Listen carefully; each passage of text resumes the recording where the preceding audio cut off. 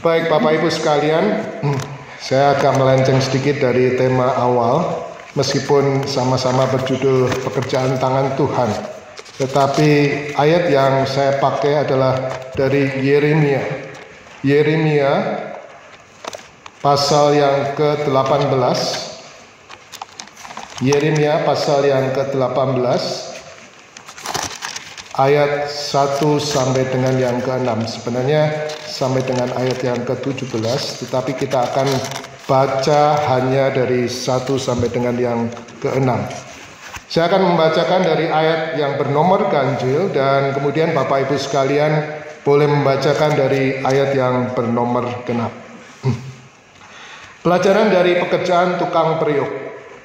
Firman yang datang dari Tuhan kepada Yeremia bunyinya,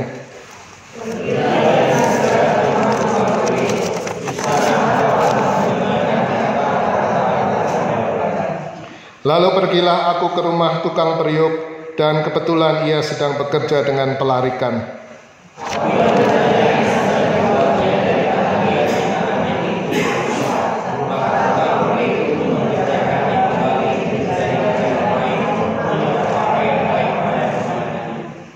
Kemudian datanglah firman Tuhan kepadaku bunyinya,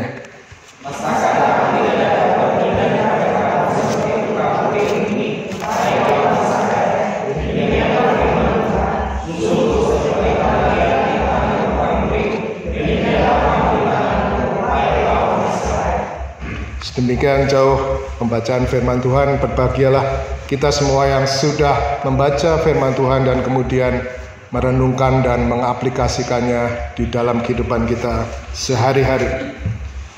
Bapak Ibu sekalian yang dikasihi Tuhan, kalau kita bicara pekerjaan tangan, pekerjaan tangan di sini memang pekerjaan tangan Tuhan. Pekerjaan tangan, saya teringat akan apa yang ditugaskan oleh guru saya pada waktu saya kelas 4 SD kelihatannya ya, masih ingat-ingat lupa begitu ya, pekerjaan tangan.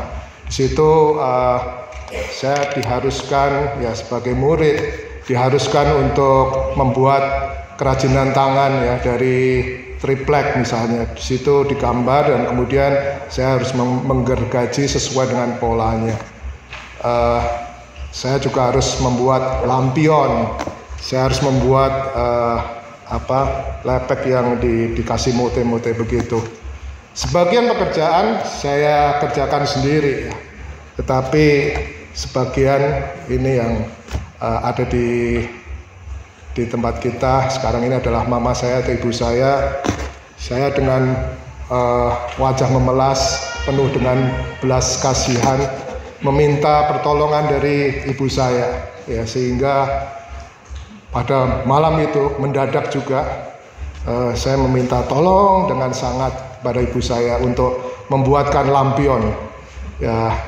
Itu udah sore ya mungkin, dan saya taunya terima beres. Ketika pagi-pagi kemudian mama saya bilang, nih lampionnya udah jadi ya, selain dari karton ada perhiasannya warna-warni begitu ya.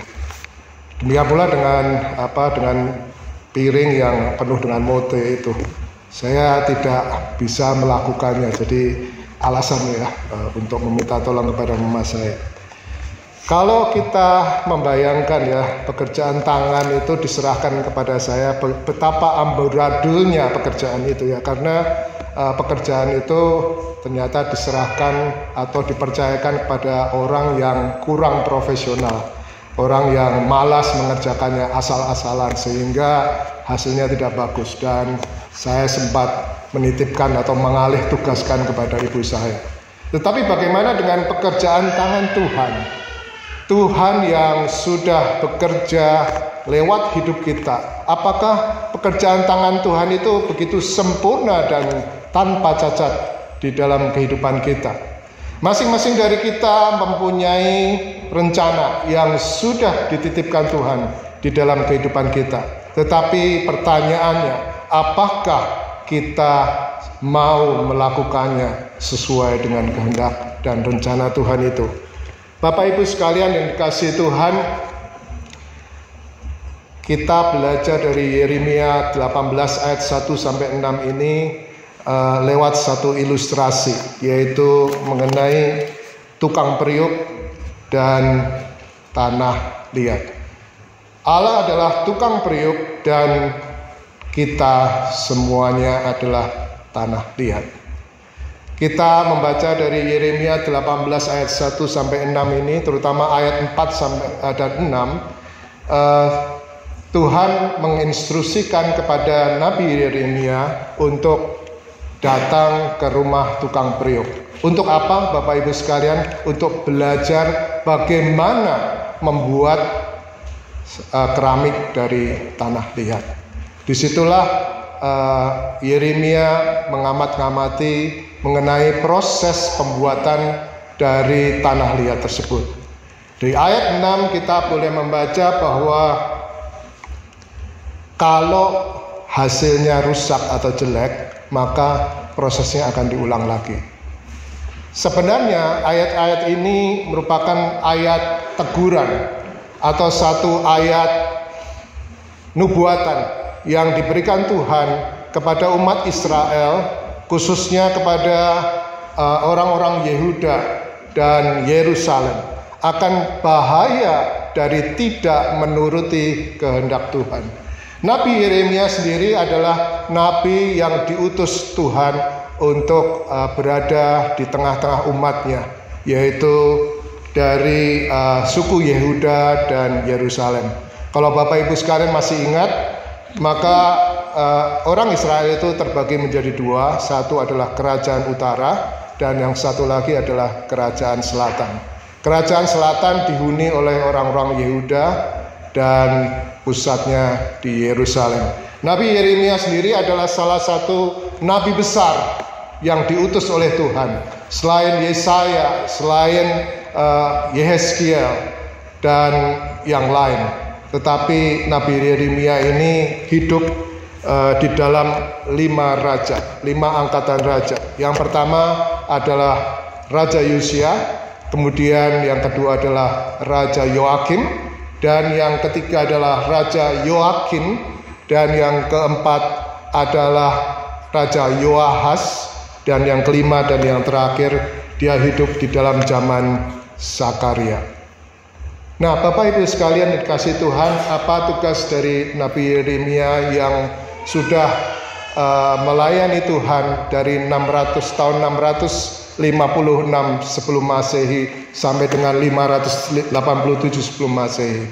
Dia memberitakan akan nubuatan-nubuatan yang akan segera terjadi di dalam orang Israel. Karena orang Israel itu degil, karena orang Israel itu keras hati atau keras kepala. Minggu yang lalu Ibu Christine sudah menjelaskan betapa orang Israel itu degil dan keras hati, tegar tengkuk.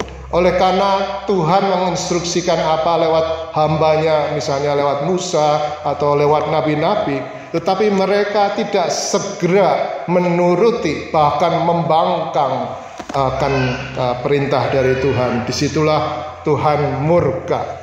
Nah, Bapak Ibu sekalian, kalau kita melihat dari tukang periuk dan tanah liat, saya mencoba untuk memberikan visualisasi. Ini saya kasih catatan ya. Saya bukan sedang berkhotbah secara alegoris ya, karena di situ ada perumpamaan-perumpamaan. Tetapi saya hanya ingin memberikan semacam visualisasi dari bagaimana proses pembuatan keramik itu dari tanah liat, di mana Allah adalah tukang periuknya. Bapak Ibu sekalian dikasih Tuhan, saya sempat melihat beberapa video mengenai pembuatan keramik ya. Ada yang tradisional, ada yang lumayan sudah modern, atau sampai yang paling modern. Kalau yang tradisional biasanya tukang periuknya itu akan mempunyai alat, mungkin semacam meja atau roda begitu, dan digerakkan oleh kakinya, diputar lah meja itu ya. Dan kemudian tanah liatnya itu ditaruh di atas meja itu, dan kemudian dikerjakan secara perlahan-perlahan begitu, sehingga membentuk apakah itu gelas, apakah itu tempayan, apakah itu mungkin barang-barang lain yang kalau kita lihat cukup mahal harganya ya. Sampai yang punya mesin ya, jadi sekali diinjak maka meja itu berputar sendiri ya. Tetapi kira-kira prosesnya akan sama. Saya memberikan visualisasi mengenai proses pembentukan periuk ini berdasarkan video-video yang saya lihat ya. Yang pertama mengenai pembersihan dari gelembung-gelembung udara. Jadi kalau kita mau membentuk semacam keramik begitu, kita akan mengambil segumpal tanah liat. Di situ kita akan banting-banting, kita akan press sehingga gelembung-gelembung udaranya itu tidak ada lagi. Ini satu perlambang bagaimana sifat-sifat dari kita yang tidak berkenan kepada Tuhan. Di dalam Galatia 5 ayat 19-21 dikatakan mengenai nafsu duniawi, di mana kegeraman, di mana perselisihan, iri hati dan seterusnya itu kadang-kadang mampir dalam kehidupan kita. Kita dimaui oleh Tuhan untuk dibersihkan dari unsur-unsur yang tidak baik di dalam kehidupan kita. Kita diciptakan Tuhan untuk tujuan yang mulia. Kita diselamatkan oleh Tuhan untuk makin menjadi serupa dengan Kristus, dan hidup kita berkenan kepada Tuhan dan menjadi berkat bagi sesama. Oleh karena itu ada hal-hal yang sifatnya duniawi, hal-hal yang sifatnya kedagingan, iri hati, perselisihan, kegeraman. Sifat-sifat kita itu akan perlahan-lahan disingkirkan dari kehidupan kita.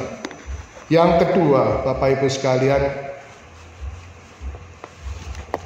yang kedua adalah menaruh tanah liat pada roda meja buta, dan tanah liat itu ditaruh di pusat dari meja itu, sehingga pada waktu tukang periuk itu membuat apapun lah bentuknya, nanti ada gelas, ada tempayan dan seterusnya, atau kendi, maka tanah liat itu ada di pusat dari meja itu. Nah, Bapak Ibu sekalian, ada semacam visualisasi ketika tanah liat itu ditaruh di atas meja dan khususnya di pusat. Tuhan ingin bahwa hidup kita berpusatkan kepada Tuhan. Dan yang luar biasa adalah ketika Tuhan melihat apa yang dibentuknya itu jelek atau rusak, maka tukang periuk itu akan mengulangi prosesnya. Nah, Bapak Ibu sekalian yang dikasihi Tuhan, Tuhan ingin supaya hidup kita berpusat kepada Tuhan. Yang kedua, kadang-kadang hidup kita itu menyimpang dari hadapan Tuhan. Kita disuruh ke kiri, malah ke kanan. Kita disuruh maju ke depan, kita malah kemana. Dan itu tidak menyenangkan hati Tuhan. Kita ingat bahwa Tuhan itu pegang kendali. Tuhan itu menguasai hidup kita. Tuhan itu sudah memilih kita dari sejak kandungan. Dan oleh karena itu, ketika hidup kita tidak sesuai dan tidak berkenan kepada Tuhan, maka Tuhan bisa memproses ulang hidup kita. Sakit memang, tetapi Tuhan tahu yang terbaik bagi kita semua.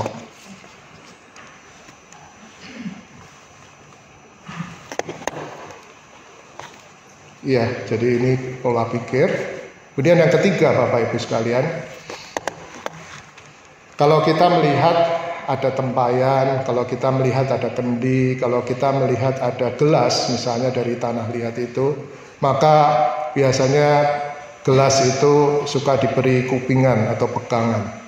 Nah, ditambahkan di situ nanti juga akan diberikan logo, mungkin dari satu tempat yang khas dari pembuatan tembikar atau keramik itu, dan itu ditempelkan, diukir dan seterusnya.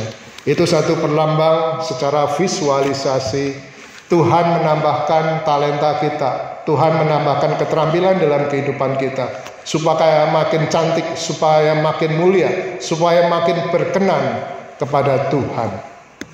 Dan yang berikutnya, Bapak Ibu sekalian, setelah keramik atau tembikar itu jadi, maka mereka akan ditempatkan di tempat sedemikian rupa sehingga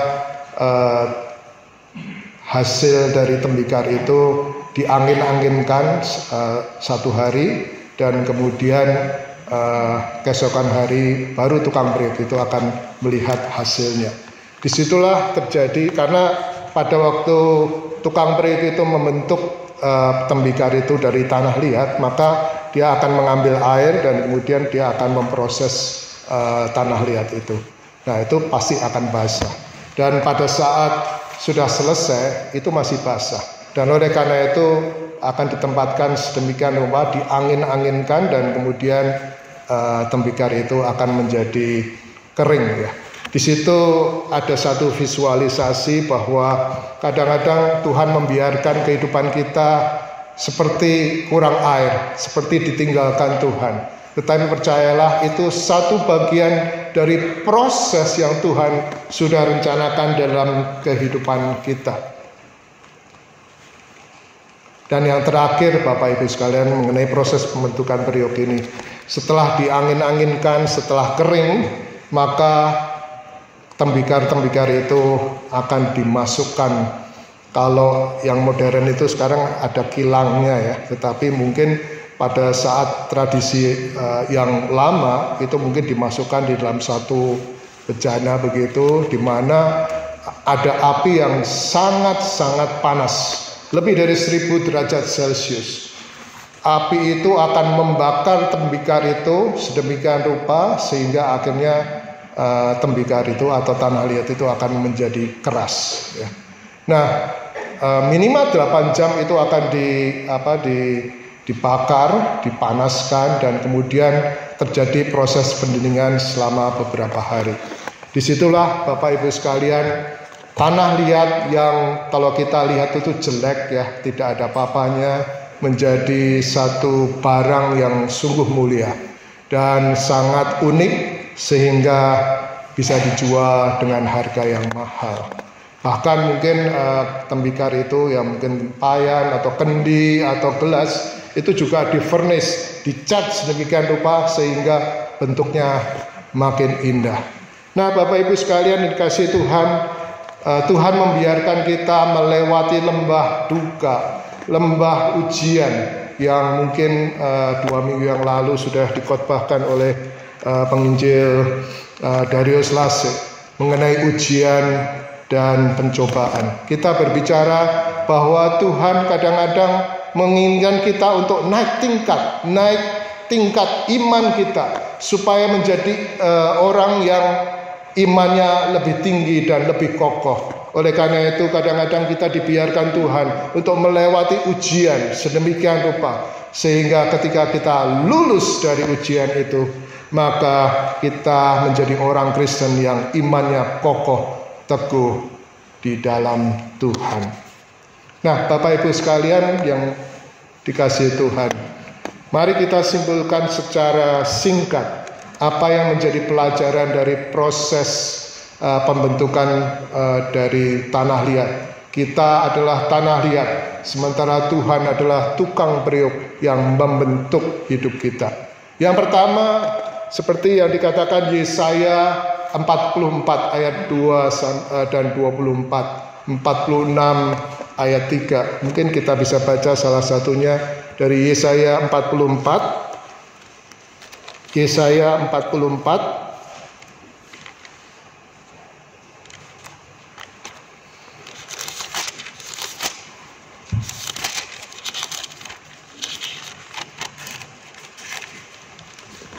Yesaya 44 ayat 2 dan juga ayat yang ke-24.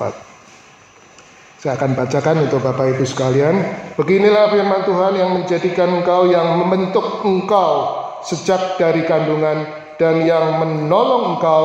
Janganlah takut, hai hambaku Yakub. Ayat 24 mengatakan hal yang mirip. Di situ dikatakan, beginilah firman Tuhan penebusmu yang membentuk engkau sejak dari kandungan. Akulah Tuhan yang menjadikan segala sesuatu, yang seorang diri membentangkan langit, yang menghamparkan bumi. Siapakah yang mendampingi aku? Bapak Ibu sekalian dikasihi Tuhan, ayat-ayat ini menjadi satu pegangan yang menyejukkan buat kita semua sebagai orang percaya. Karena Tuhan itu sudah memilih dan membentuk kita dari sejak kandungan. Ada maksud Tuhan ketika kita dibuai dan kemudian dikandung 9 bulan oleh ibu kita. Bahwa Allah itu telah membentuk dan memilih kita sejak dari kandungan. Dan itulah prinsip teologi yang dianut oleh kita. Bahwa Tuhan sudah memilih kita untuk menjadi orang percaya. Disitulah doktrin predestinasi disampaikan kepada kita. Entah kita percaya atau tidak, kita itu menjadi bagian dari rencana Tuhan yang sudah direncanakan sejak dari kandungan. Yang kedua, kalau kita tadi melihat akan proses dari pembentukan tembikar itu yang lama, yang menyakitkan, tetapi dari satu barang yang tidak berharga menjadi suatu barang yang murni, yang unik dan yang mulia, menjadi gelas, menjadi piring, menjadi tempayan, menjadi kendi yang bisa dipakai dan bermanfaat bagi banyak orang dan bahkan di dalam kemah suci. Oleh karena itu kita bersyukur kepada Tuhan. Sesakit apapun, seberat apapun ujian yang diberikan Tuhan kepada kita, maka kita bersyukur karena pada akhirnya di ujung dari hidup kita itu kita dijadikan alat Tuhan untuk kemuliaan namanya. Yang berikutnya Bapak Ibu sekalian, tadi beberapa kali saya sudah sampaikan bahwa tujuan hidup kita itu menjadi serupa dengan Kristus. Dan kita diizinkan Tuhan untuk melewati berbagai ujian. Mungkin ujian tiba-tiba kita ditipu orang. Mungkin kita mendapatkan ujian ketika orang-orang yang terkasih di dalam kehidupan kita meninggalkan kita dan ikut bersama-sama dengan Tuhan.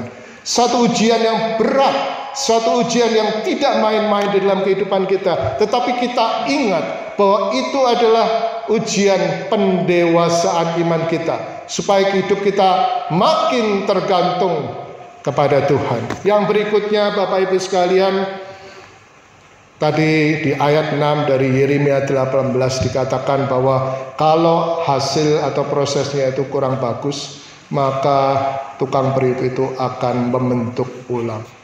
Oleh karena itu Bapak Ibu sekalian, satu hal yang mungkin kita pelajari dari ayat ini adalah kita ini sebenarnya adalah anak-anak Tuhan. Anak-anak Tuhan yang seharusnya mengikuti akan jalan dan kehendak Tuhan. Tetapi seringkali kita membangkang, seringkali kita tidak menurut akan kehendak Tuhan dan kita melenceng. Seharusnya kita menjadi suatu model atau suatu berkat bagi orang lain dan bagi Tuhan. Tetapi justru lewat kehidupan kita, apakah itu oleh karena pikiran kita, apakah itu oleh karena perasaan kita, oleh karena perilaku yang kita lakukan di dalam kehidupan kita, justru lebih banyak menjadi batu sandungan di dalam kehidupan kita dan dilihat sebagai hal yang jelek di mata orang lain.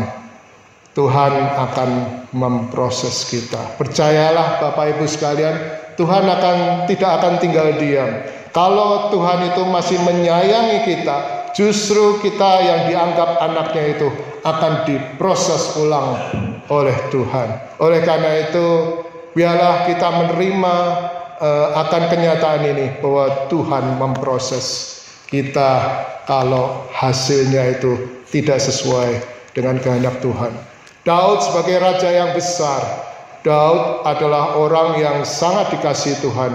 Daud yang dikatakan the man after God's heart, orang yang dekat di hati Tuhan, orang yang selalu menanyakan kepada Tuhan, Tuhan apa yang Engkau kehendaki dalam peperangan ini, Tuhan apa yang harus saya lakukan dalam kehidupan ini. Tapi pada satu saat dia berzina, dia melakukan dosa dengan Bathsheba, istri dari Uria, dan oleh karena itu Tuhan menghukum dia. Tuhan menegur dia dengan sangat keras lewat Nabi Nathan, dan kemudian Daud bertobat setelah anak yang dikandung oleh Batseba itu meninggal. Dia kemudian taat dan bertobat dan kemudian mentaati kehendak Tuhan. Tuhan memproses kehidupan Daud yang sudah rusak. Tuhan memproses kehidupan Daud yang sudah melenceng dari apa yang dikehendaki Tuhan. Tuhan ingin supaya kehidupan Daud balik ke rencana semula dari Tuhan. Dan dengan demikian sisa hidupnya dipakai Tuhan untuk tujuan yang lebih mulia lagi. Di dalam ayat-ayat 1-6 maka kita melihat akan Tuhan yang berkuasa, Tuhan yang berdaulat, Tuhan yang memegang kendali untuk menjatuhkan atau membangkitkan seorang atau sebuah bangsa. Sebenarnya kalau kita membaca secara lebih lanjut ya Bapak Ibu sekalian, Yeremia 18 sampai dengan ayat 25 itu berisi tentang nubuatan-nubuatan yang Tuhan sampaikan lewat Yeremia, khususnya kepada orang Israel. Dimulai dari tukang periuk ini, kemudian nanti ada buli-buli yang pecah, nanti ada kutukan atas Pasyur, nanti ada kutukan atas Raja Salum, nanti ada nubuatan bahwa satu kali orang Israel itu akan dibuang ke Babel 70 tahun lamanya, dan itu akhirnya terjadi. Nah, Nabi Yeremia yang merupakan nabi yang meratap dan yang menangis disamakan dengan Tuhan Yesus yang sangat caring, yang sangat peduli dengan teman-temannya, dengan keluarganya, dengan orang-orang yang tidak berkecukupan, dengan orang-orang yang hidupnya lemah, dan Tuhan Yesus menjamah dan membangkitkan mereka semua. Nabi Yeremia digambarkan sebagai nabi yang sangat peduli dengan umatnya. Tuhan mengutus Yeremia untuk memperingatkan orang Israel untuk kembali dari dosa-dosanya, dari kesalahan-kesalahan yang mereka lakukan. Tetapi satu hal yang kita harus garis bawahi, Tuhan berkuasa, Tuhan berdaulat untuk menjatuhkan atau membangkitkan seorang atau sebuah bangsa. Jadi Tuhan lewat Yeremia memperingatkan kepada orang Israel, khususnya suku Yehuda dan Yerusalem, supaya kalau engkau tidak bertobat, maka aku akan menghancurkan engkau. Karena kedegilan dari Israel, maka mereka akhirnya dibuang ke Babel selama 70 tahun lamanya. Nah, masalah ini belum selesai ya Bapak Ibu sekalian. Kenapa? Pekerjaan tangan Tuhan harusnya adalah pekerjaan yang sempurna dan tanpa cacat ya Bapak Ibu sekalian. Kalau kita mengikuti alur dari apa yang disampaikan oleh Alkitab, maka kita akan mendapati bahwa sejak dari kandungan pun Tuhan sudah memilih dan membentuk kita. Betul Bapak Ibu sekalian? Pada waktu kita dilahirkan, kita besar, maka Tuhan sudah punya rencana yang indah di dalam kehidupan orang tersebut. Tuhan menginginkan supaya hidup orang itu memenuhi tujuan yang mulia, menjadi berkat bagi orang lain, menjadi kekuatan bagi orang-orang yang lemah, dan akan mendukung orang-orang yang sedang di dalam kesusahan. Tetapi satu fakta yang terjadi, ternyata ada orang-orang yang lahir dengan disabilitas, dengan cacat, dengan satu kelemahan, entah itu secara fisik maupun psikisnya. Kita melihat masalah ini menjadi masalah yang klasik. Sama klasiknya dengan pertanyaan, kalau Tuhan itu adil, kalau Tuhan itu kasih, mengapa saya, mengapa keluarga saya, mengapa gereja saya, mengapa bangsa saya menderita dan Tuhan tidak menolong? Sama seperti orang Israel ketika mereka berada di dalam tanah Mesir. Mereka ditindas oleh orang-orang Mesir. Mereka berteriak kepada Tuhan, Tuhan tolong kami, Tuhan tolong kami. Tetapi seakan-akan Tuhan itu diam dan tidak melakukan pertolongan. Sampai pada akhirnya Tuhan mengutus Musa untuk membebaskan dan mengeluarkan bangsa Israel dari tanah Mesir menuju ke tanah Kanaan. Tetapi selalu pertanyaan klasik yang sama. Mengapa ya Tuhan? Kalau Engkau adalah adil, kalau Engkau adalah kasih, kenapa saya sebagai orang Kristen menderita? Mengapa itu terjadi pada keluarga saya, pada bisnis saya, kepada bangsa ini, kepada gereja ini, dan seakan-akan Tuhan tidak mau menolong. Ini adalah persoalan antara kehendak Tuhan dengan ulah manusia. Sebagian terjadi oleh karena memang ulah manusia. Kalau Anda merokok, kalau Anda minum minuman alkohol, kalau Anda mengisap narkoba, hasilnya udah pasti. Tubuhmu akan menjadi rusak. Dan itu adalah ulah kita sendiri. Kalau terjadi banjir oleh karena ulah manusia, dulu yang namanya tanah banyak hutan di situ, tetapi kemudian ditebang menjadi hutan-hutan beton, menjadi bangunan-bangunan. Tidak ada tanaman yang bisa mengikat air itu sehingga akhirnya terjadilah banjir.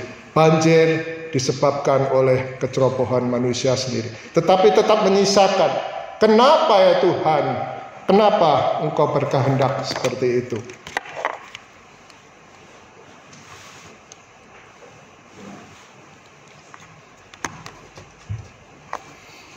Bapak Ibu sekalian, survei dari WHO didapati bahwa 1 dari 33 bayi lahir cacat, dan itu jumlahnya jutaan.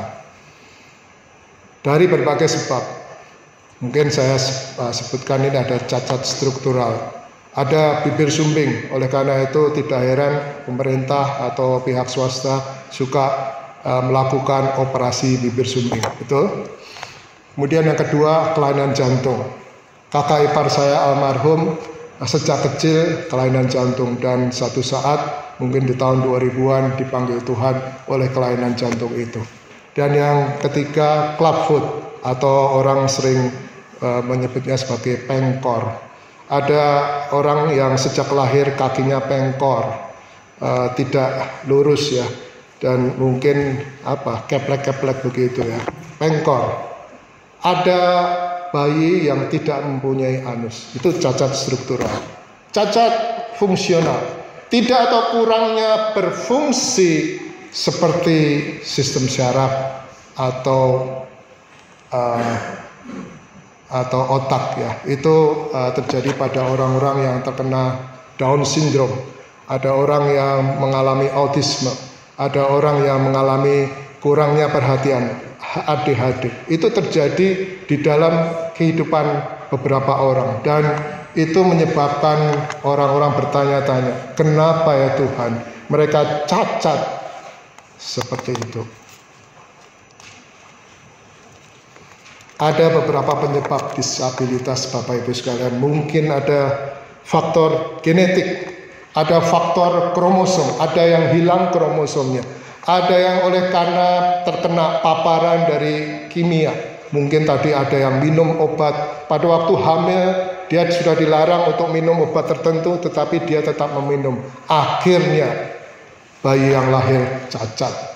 Ada yang karena sering merokok, ada yang sering minum alkohol, ada yang minum steroid, akhirnya bayinya lahir cacat. Itu terjadi oleh karena paparan kimia, obat-obat yang ditelan oleh ibu yang hamil itu. Ada yang terkena virus, ada yang mungkin karena kecelakaan, akhirnya tangannya patah, kakinya patah, atau mungkin badannya menjadi tidak sempurna.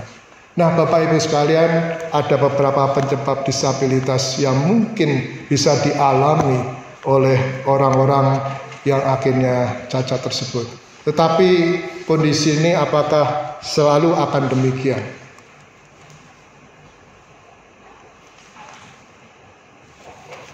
Saya akan memberikan contoh Bapak Ibu sekalian, meskipun ini tidak mewakili kita, tetapi kita tahu bahwa ada beberapa tokoh dunia yang meskipun mengalami disabilitas, mereka tidak menyerah. Mereka berusaha dengan susah payah dan akhirnya mereka mempunyai tujuan yang lebih mulia. Ludwig van Beethoven, dia dikenal sebagai komponis klasik dari Jerman. Karyanya terkenal. Mungkin kalau Bapak Ibu ada yang menyukai lagu-lagu klasik, mungkin ada simfoni kelima, simfoni ke-9, dan juga lagu piano Für Ellis. Teng teng teng teng teng teng teng teng teng gitu ya. Itu saya pernah belajar sedikit ya gitar itu Für Ellis gitu.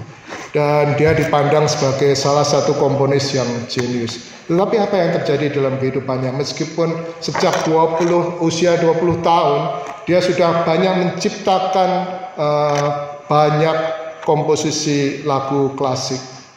Tetapi di usianya yang ke-30, dia kehilangan pendengarannya. Apakah dengan demikian dia berhenti berkarya? Tidak. Ternyata meskipun dia sudah tuli, dia bisa mengimajinasikan lagu-lagu ciptaannya seakan-akan bergema di dalam pikirannya.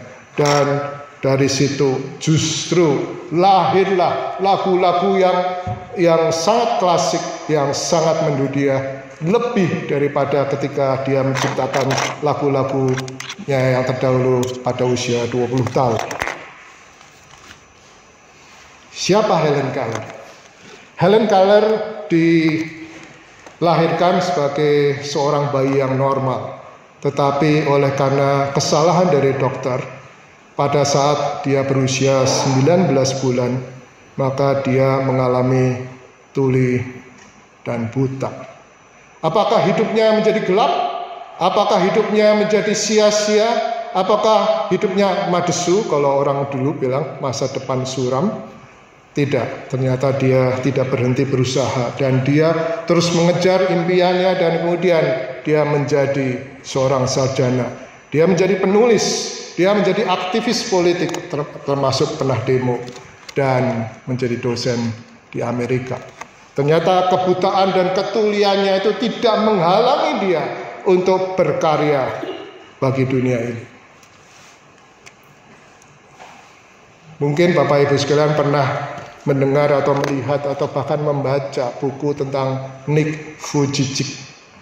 Nick Vujicic ini dilahirkan seperti yang mungkin Bapak Ibu lihat, tanpa tangan dan tanpa kaki, karena dia mengalami sindrom Tera Amelia, sehingga bagian tubuhnya tidak bisa bertumbuh secara sempurna. Jadilah dia manusia yang hidup dengan kepala yang utuh, dengan badan yang utuh, tetapi sayangnya tangannya dan kakinya tidak ada atau tidak bertumbuh.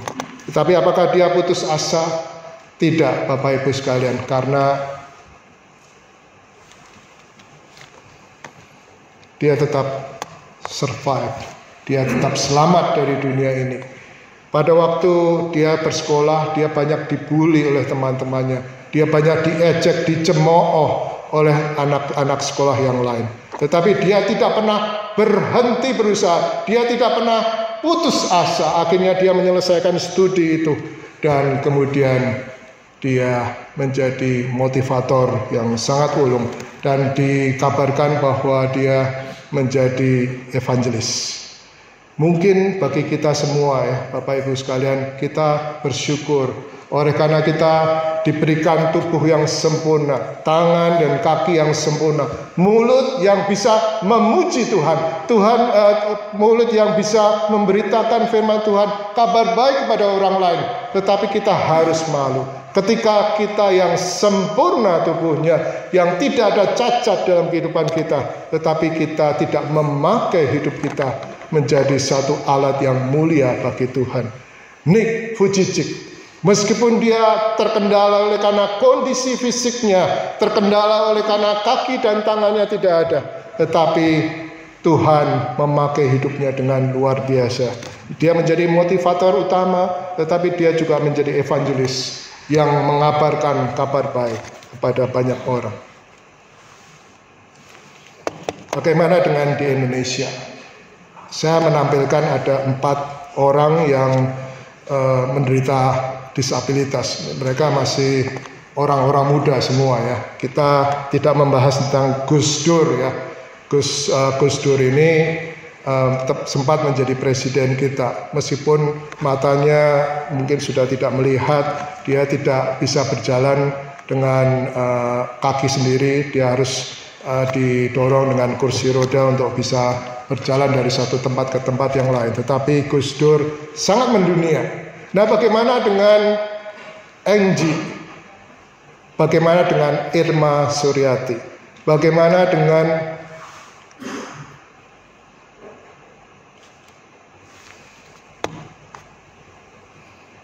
dengan Stephanie Handoyo?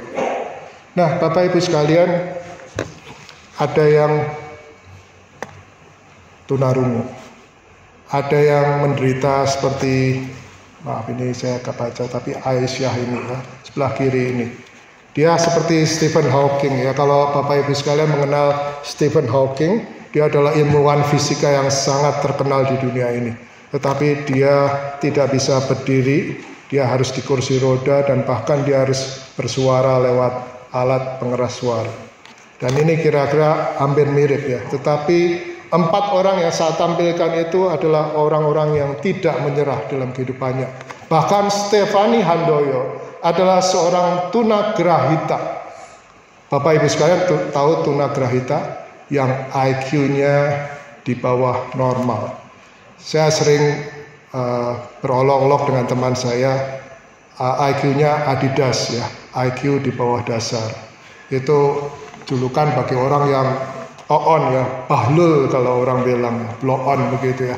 Tetapi jangan merendahkan seperti Stephanie Handoyo. Meskipun dia adalah seorang tunagrahita yang IQ-nya mungkin di bawah. Kalau seorang psikologi seperti mungkin Greta pasti akan tahu apa yang disebut dengan moron, apa yang disebut dengan imbisil dan seterusnya. Adalah orang-orang yang tidak beruntung, orang-orang yang IQ-nya rendah. Kalau ditanya mungkin tulalit gitu ya. Tetapi satu fakta, ternyata Tuhan pakai hidupnya sehingga dia menjadi pelari yang membawa obor buat Olimpiade. Dia bahkan pernah resital memainkan dengan piano 22 lagu setelah 2 jam non-stop. Itu sesuatu yang tidak pernah kita pikirkan dalam kehidupan kita. Bagaimana mungkin seorang yang tunagrahita tetapi hidupnya tetap dipakai Tuhan. Kuncinya, dia tidak pernah menyerah. Dia tidak pernah memaki-maki Tuhan. Dia tidak pernah hidupnya menganggap bahwa hidupnya itu adalah sia. Tetapi baginya mereka adalah orang-orang yang diberikan kesempatan oleh Tuhan untuk menyaksikan akan kebaikan dan kemuliaan Tuhan lewat cara yang lain, Bapak Ibu sekalian. Nah, bagaimana reaksi kita sewaktu ditimpa kemalangan? Mungkin kita menyesal, mungkin kita kecewa, mungkin kita bingung, kenapa ya Tuhan, kenapa peristiwa ini terjadi? Kita putus asa, kita menyalahkan orang tua kita, menyalahkan lingkungan kita, dan bahkan memaki Tuhan. Saya menyaksikan, saya memberikan kesaksian secara pribadi. Saya bukan ingin menjual kesedihan ya Bapak Ibu sekalian. Bagi Bapak Ibu sekalian yang sudah bergaul dengan saya cukup lama, maka Bapak Ibu sekalian akan tahu bahwa anak saya yang kedua menderita autistik. Kami tidak menyadari sampai dia berumur 1 tahun. Fiona lahir meskipun dengan kesusahan, dia lahir normal. Tetapi setelah 1 tahun kita melihat perkembangannya begitu-begitu aja. Tidak ada kontak mata, kalau bermain selalu dijejel, bukan dimainkan, dan seterusnya. Dan kami baru menyadari Saya dengan istri saya baru menyadari bahwa ternyata anak kami yang kedua autistik. Selama 28 tahun, Bapak Ibu sekalian, kami berusaha dengan keras. Kami melakukan banyak terapi, kami melakukan banyak intervensi. Mungkin orang-orang akan beranggapan, ini anak gimana sih? Kalau ditanya, udah kelas berapa? Udah gede ya? Kenapa masih SD? Kalau ditanya, oh autis, kenapa nggak dilikitkan di sini? Kenapa nggak di terapi begini? Bahkan saya masih ingat, ada seorang pembantu rumah tangga kami yang diam-diam bilang ini, cah iki rada gendeng ya. Mungkin Anda tahu artinya anak ini agak gila. Karena ngomong apa nggak jelas, bahasa planet dan seterusnya. Saya harus apresiasi istri saya yang selama 28 tahun itu berusaha keras. Dengan air mata kita menanggung 28 tahun ini bersama-sama dengan anak yang Tuhan titipkan dalam kehidupan kami. Tetapi apakah kita akan menyesal? Apakah kami akan kecewa? Apakah kami akan bingung, putus asa? Mungkin di tahap-tahap awal kami bergumul. Kenapa ini terjadi di dalam keluarga saya? Tetapi biarlah kita tidak usah menyesal. Kita belajar bersyukur dan pasrah kepada Tuhan. Kita yakin dari pengerjaan tangan Tuhan itu akan menjadi baik. Tuhan itu baik, baik adanya. Tuhan itu akan memelihara kita. Tuhan itu akan memberikan kesempatan mengalami suatu pengalaman rohani yang lain untuk kemuliaan bagi nama Tuhan. Bapak Ibu sekalian, untuk mengakhiri dari khotbah atau renungan saya pada hari ini, mari saya mengajak kepada kita semua untuk menyajikan satu lagu Kehendak Tuhan Laksanakan. Mungkin ada yang sudah tahu, kita ini adalah tanah liat. Tuhan adalah penjunan kita. Tuhan yang akan membentuk kehidupan kita. Saya sakit Tuhan, saya menderita Tuhan, jalanmu begitu sulit dan berat. Tetapi saya yakin ya Tuhan, jalan Tuhan, kehendak Tuhan adalah yang terbaik dalam kehidupan kami. Adelaide Polare mengatakan dalam puisinya, have thine own way Lord, have thine own way. Thou art the potter, I'm the clay. Mold me and make me after thy will. While I'm waiting, yielded and still. Diterjemahkan menjadi kehendak Tuhan, laksanakan. Ku tanah liat, kau penjunan. Bentuklah aku sesukamu. Aku menunggu di kakimu. Sebenarnya ada videonya, tetapi kalau mau diiringin dengan piano, silahkan Pak Herman. Pak Herman tidak jadi pensiun ya, karena dia masih ini. Mari Bapak Ibu sekalian, kita merenungkan sambil menyanyikan lagu ini. Kehendak Tuhan laksanakan. Meskipun berat, meskipun dilanda mungkin kekecewaan, kebingungan, mungkin kita ingin menyalahkan Tuhan, mungkin kita akan menyalahkan orang tua kita, tetapi yakinlah akan pemeliharaan Tuhan, akan ada maksud Tuhan yang lebih mulia di depan lagi, dan Tuhan bersiap untuk memakai kita dengan lebih heran. Mari kita menyanyikan kehendak Tuhan laksanakan.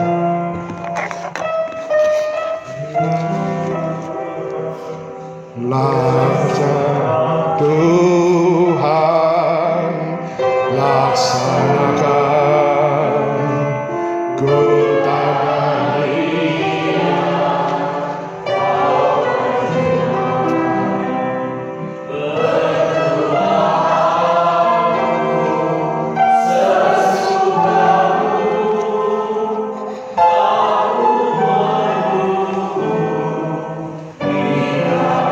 sekali lagi kita nyanyikan lagu ini. Kehendak Tuhan